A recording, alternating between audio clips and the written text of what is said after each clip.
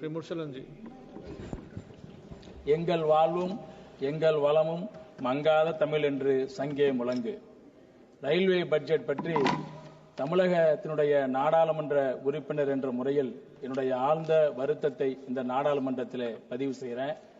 என்ன காரணம் கேட்டீங்கன்னா, மற்ற மாநிலங்களுக்கெல்லாம் பீகார், மத்திய பிரதேசம், குஜராத் இந்த மாநிலங்களுக்கெல்லாம் நீங்க நிதியை வாரி வழங்குறீங்க, கொடுங்க. ஆனா தமிழ்நாட்டுக்கு மிக சொற்பமான நிதியை தான் கொடுக்குறீங்க. இன்னைக்கு இந்தியாவிலேயே தென்னகத்தில் தமிழ்நாட்டிலேருந்து தான் ரயில்வேக்கு அதிக வருமானம் வரக்கூடிய மாநிலங்கள்ல தமிழ்நாடு முக்கியம். ஒரு ரயிலை நீங்க தமிழ்நாட்டுக்கு கொடுத்தீங்கன்னா அதுலேருந்து வர்ற வருமானத்தை வச்சு நீங்க 3 ரயில் அடுத்த மாநிலத்துக்கு விடணும். ஏனோ தெரியல, தமிழ்நாட்டை இந்த அரசாங்கம் வஞ்சிக்குது. நாங்க நிதியை கேட்கிறோம், அது இல்லாம நியூ ட்ரெயின் கேட்கிறோம். புதிய ரயில் திட்டங்களை கொடுங்க, புதிய ரயில் பாதையை கொடுங்க, 1 மினிட் ஸ்டாப்பேஜ் கொடுங்கன்னு தொடர்ந்து தமிழ்நாட்டை சேர்ந்த நாடாளுமன்ற உறுப்பினர்கள் நாடாளுமன்றத்திலையும் பதிவு செய்கிறோம். ஒன்றிய ரயில்வே துறை அமைச்சரையும் நாங்க போய் நேரடியாக சந்திக்கிறோம். போர்டு சேர்மனையும் பார்க்கிறோம். தென்னக ரயில்வே பொது மேலாளரையும் பார்க்கிறோம். ஆனா என்ன காரணத்தினால தெரியல, தொடர்ந்து தமிழ்நாடு வஞ்சிக்கப்படுது. இந்த ரயில்வே பட்ஜெட்ல எங்களுக்கு நீங்க தான் ரயில்வே அமைச்சர், நீங்க தான் எங்களுக்கு பிரதமர், தமிழ்நாட்டுக்கு சேர்ந்தவர்களுக்கும்.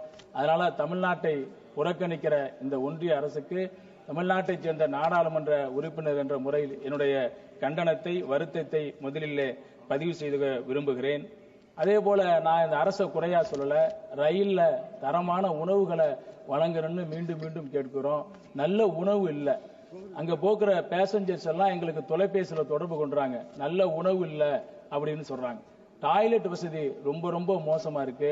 அதனால மாண்புமிகு ரயில்வே அமைச்சர் அவர்கள், நாங்கள் ஏதோ குறை சொல்றோம்னு தயவு செய்து நினைக்காமல் ரயில் பயணிகளுடைய நிலத்தை கருதி தரமான உணவுகளையும் நல்ல கிளீனா டாய்லெட்டையும் வச்சுக்கணும்னு இந்த நிர்வாகத்தை நான் அன்போடு கேட்டுக்கொள்கிறேன். அதே போல ரயில்வே விபத்துக்கள் நீங்க 2014 இருந்து 2024 வரைக்கும் பாத்தீங்கன்னா கிட்டத்தட்ட 678 ரயில்வே விபத்துக்கள் நடந்திருக்கு. இது ஆண்டுக்கு 68 ரயில் விபத்துகளா இருக்கு. இந்த ரயில் விபத்துகளை தடுக்கிறதுக்கு அரசாங்கம் முயன்று வரணும். அதே போல இந்த அரசு இந்த 3 ஆண்டுகள்ல 38 கோடி ரூபாய் இந்த ரயில்வேக்கு அந்த விபத்துகளுக்கு நிவாரண தொகையா நீங்க கொடுத்திருக்கீங்க.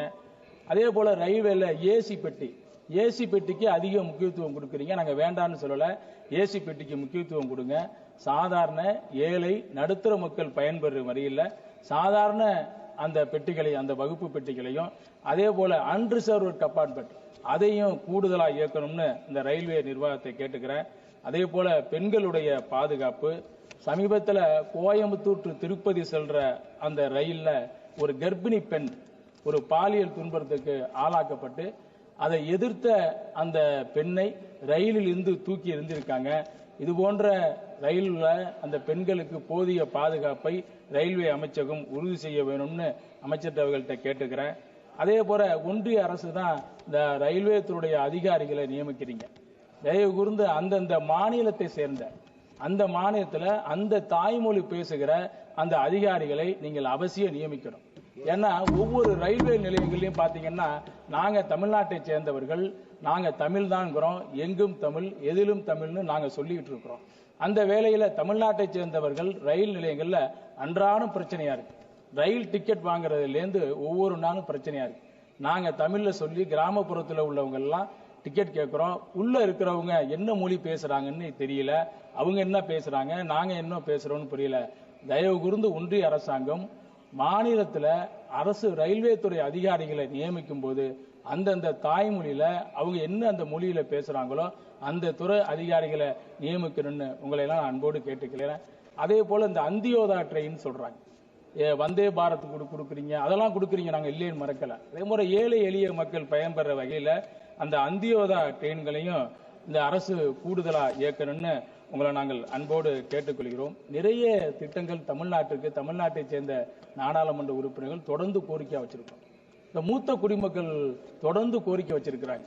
மூத்த குடிமக்களுக்கு அரசாங்கம் பல்வேறு சலுகைகளை முந்தையெல்லாம் அளிச்சிங்க, ஆனால் அதை தொடர்ந்து மறுத்துக்கிட்டு இருக்கீங்க.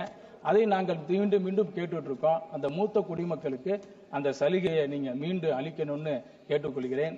அதே போல தமிழ்நாட்டை சேர்ந்த எங்களுக்கு மிக முக்கிய பிரச்சனைகளா நாங்க தொடர்ந்து வலியுறுத்திட்டு வர்றது புதிய ரயில் பாதைன்னு சொன்னா திண்டுக்கல்ல இருந்து சபரிமலை நீண்ட காலமா ஒரு பெரிய போராட்டமாகவே இருக்கு இந்த போராட்டம். அதனால திண்டுக்கல் சபரிமலை அந்த இதை செஞ்சு கொடுக்கணும்னு கேட்டுக்கிறேன். அதே போல் மதுரை, அருப்புக்கோட்டை, தூத்துக்குடி அந்த ரயில் பாதை மிக முக்கியமான ஒரு ரயில் பாதை. அந்த ரயில் பாதையை நீங்க செஞ்சு கொடுக்கணும். அதே போல் நீண்ட காலமாக இருக்கிற பழனி, ஈரோடு அந்த ரயில் பாதையும் அப்படியே கிடப்பிலேயே இருக்கு. அதே போல Thanjavur to Ariyalur, Thanjavur to Pattukkottai, Mannargudi to Pattukkottai போன்ற புதிய ரயில் பாதைகளை நீங்க அமைச்சு கொடுக்கணுங்கிறத இந்த அரசோட வேண்டுகோள் விடுக்கிறேன். அதே போல பழைய லைன் சொல்லுவாங்க. பழைய லைன் சொன்னா தஞ்சாவூர் டு விழுப்புரம் பழைய லைன். அந்த பழைய லைன் இரட்டை பாதையாக மாற்றணும்னு தொடர்ந்து அரசாங்கத்திடம் கோரிக்கை கொடுத்துட்டே இருக்கிறோம். அதை செவி சாய்க்கணும். அதே போல புதுசா சில ரயில்வேக்களை கேட்டுட்டு இருக்கோம். என்னுடைய தஞ்சாவூர் நாடாளுமன்ற தொகுதியில திருச்சி டு தாம்பரம் எக்ஸ்பிரஸ்ன்னு ஒரு எக்ஸ்பிரஸ் விட்டீங்க, ஸ்பெஷல் ட்ரெயின் விட்டீங்க. 3 மாத காலம் அந்த ட்ரெயின் போனுச்சு.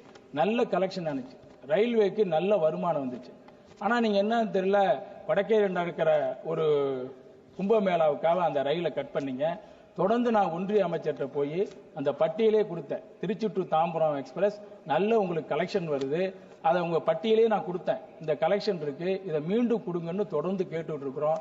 அந்த ரயிலை மீண்டும் கொடுக்கணும்னு கேட்டுக்கிறேன். அதே போல என்னுடைய தொகுதியை சார்ந்த பட்டுக்கோட்டை பேராவூரணி பொதுமக்கள் நீண்ட காலம் கம்பன் எக்ஸ்பிரஸ் ஒன்று ஓடுச்சு.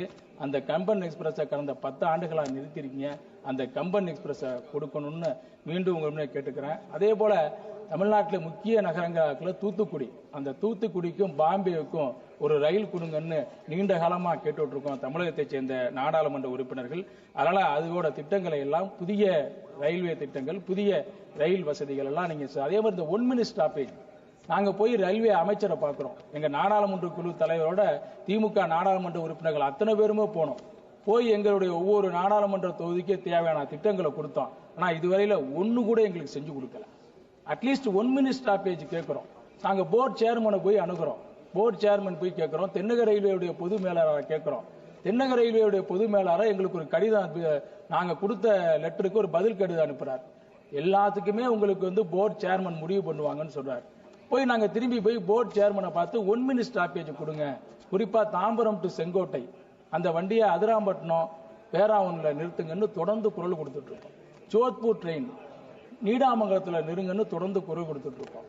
இது போன்ற நிறைய ஸ்டாப்பேஜ்களை நாங்க கேட்டுக்கிட்டே இருக்கிறோம். அதே போல அந்த ஸ்டாப்பேஜை கேட்கும் போது அவங்க தென்னக ரயில்வே பொது மேலாளர் போர்டு சேர்மன்கிறார். போர்டு சேர்மனை கேட்டா நீங்க அமைச்சரை தான் பார்க்கணுங்கிறார். அதனால தமிழ்நாட்டை தொடர்ந்து இந்த அரசு வஞ்சிக்காமல் எங்களுக்கு தேவையான புதிய ரயில்வே பாதைகள், புதிய ரயில் வசதிகள், 1 மினிட் ஸ்டாப்பேஜை இனியாவது இந்த அரசு செய்து கொடுக்க வேண்டும் என கேட்டு விடைபெறுகிறேன். நன்றி. माननीय श्री अभय